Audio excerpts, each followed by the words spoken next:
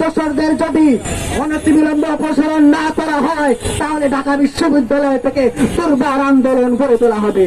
উত্তরবঙ্গ, রাজশাহী, রংপুর থেকে কেন নিচ্ছেন না? ডেলিভারি করলে গতি থেকে নামিয়ে দিতে একচুল আমরা ভাববো না। কোন ক্রাইটেরিয়ায়, কোন স্টেক হোল্ডারের মাধ্যমে এটা ছাত্র জনতা জানে না। উপদেষ্টায় ওরা কারা? তাকে নিয়োগ দেওয়া হবে, কিভাবে নিয়োগ দেওয়া হবে, কেন নিয়োগ দেওয়া হবে, এটা সর্বপ্রথম ছাত্র জনতার থেকে জেনে তারপরে নিয়োগ দেওয়া হবে।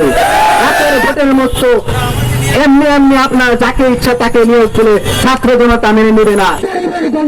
গতি থেকে নামিয়ে দিতে একচুল আমরা ভাববো। ছাত্র জনতার মধ্যে বিভেদ সৃষ্টি করা হচ্ছে, আমরা এই বিভেদ সৃষ্টি করতে চাই না।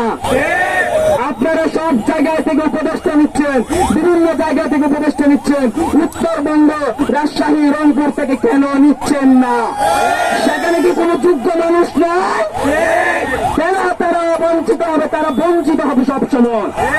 স্বাধীনতার পর থেকে তাদেরকে যেভাবে বঞ্চিত করা হয়েছে সেটি সত্যি দুঃখজনক। খুবই উদ্বেগের বিষয় হচ্ছে এই উপদেষ্টা পরিষদ গঠনের পরপরই ক্রমশই আমাদের বিপ্লবের চেতনা ব্যাহত হচ্ছে। তারই ধারাবাহিকতায় সর্বশেষ পেরেক হিসেবে আমরা দেখতে পাই আমাদের চেতনার অন্যতম মোটো ছিল মুজিববাদের নিপাত। এই মুজিববাদকে, এই ফ্যাসিস্টকে যারা বিগত 16 বছর বিভিন্নভাবে সহায়তা করেছে, আওয়ামী ফ্যাসিস্টের সহায়তায় মদত পেয়ে যারা বেড়ে উঠেছিল, সেই ফারুকীগণকে দেখেছি এখন উপদেষ্টা নিয়োগ দেওয়া হয়েছে। সংগ্রামী বন্ধুগণ, জুলাই বিপ্লবে 5 আগস্টের গণঅভ্যুত্থানের মাধ্যমে শেখ হাসিনা ভারতে পালিয়ে গেলেও এদেশে তার চোরাচামুন্ড দোষররা এখনো অবস্থান করছে। আমরা এই উপদেষ্টা প্যানেলকে দেখেছি, তারা এখনো শেখ হাসিনার দোষর, খুনি হাসিনার দোষর, আওয়ামী লীগের লাঠিয়াল বাহিনী, ছাত্রলীগের লাঠিয়াল বাহিনী কাউকে এখনো গ্রেফতার করতে পারে নাই। 10 নভেম্বরে ছাত্রলীগের চিহ্নিত দোষীরা, অপরাধীরা ফেসবুক লাইভের মাধ্যমে আন্দোলনে আসার আহ্বান করছে, তাদেরকে গ্রেফতার করা হয়নি। এরই মধ্যে আমরা যখন আওয়ামী লীগ হটাতে ব্যস্ত, ছাত্রলীগ হটাতে ব্যস্ত, ঠিক তখনই রাতের আধারে উপদেষ্টা প্যানেলে তারা চোরের মতো আওয়ামী দোষরদেরকে নিয়োগ দিচ্ছে। বন্ধুগণ, আমরা দেখেছি মোস্তফা সরোয়ার ফারুকী, শাহবাগী দল কিভাবে 2013 সালে এদেশের বিচার বিভাগকে ধ্বংসের মাধ্যমে যে ফ্যাসিবাদী রাষ্ট্র কায়েমের নকশা সেদিন গড়ে উঠেছিল, সেই ফ্যাসিবাদী সাম্রাজ্যের অগ্রণী সেনা ছিল মোস্তফা সরোয়ার ফারুকী। আমরা দেখেছি সে কিভাবে সজীব ওয়াজেদ জয়, তারপরে পলক এবং আশরাফুল আলম খোকন, যারা শেখ হাসিনার লাঠি আলো সন্ত্রাস বাহিনী হিসাবে ছিল, তাদেরকে তেল মেরে চলতো।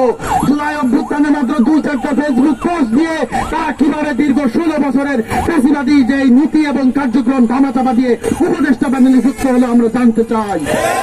আওয়ামী ফ্যাসিস্ট আমলে দেখেছি দিনের ভোট রাতে হয়, রাতের ভোটের মাধ্যমে এমপি নির্বাচিত হয়। একই কায়দায় দেখলাম আমাদের গণ অভ্যুত্থানের অন্তর্বর্তীকালীন সরকার উপদেষ্টা নিয়োগ দিচ্ছে। কোন ক্রাইটেরিয়ায়, কোন স্টেক হোল্ডারের মাধ্যমে এটা ছাত্র জনতা জানে না। ফারুকীকে কিভাবে নিয়োগ দেওয়া হলো ছাত্র জনতা সেটা জানতে চায়। বিগত 16 বছরে ফারুকী কি সংস্কৃতি অঙ্গনে এমন কোন অবদান রেখেছে যার মাধ্যমে তাকে সংস্কৃতি অঙ্গনের মন্ত্রণালয়ের দায়িত্ব দেওয়া যায়?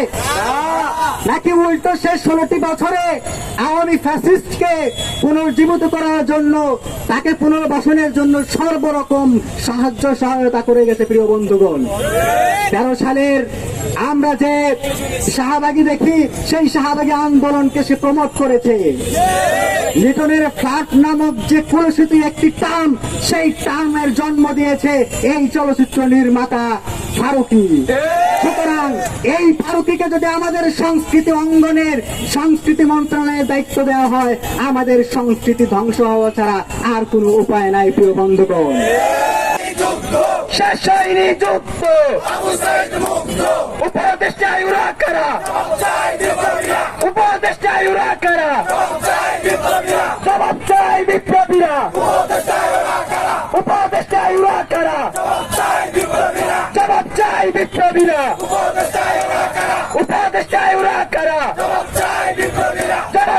বিপ্লবীরা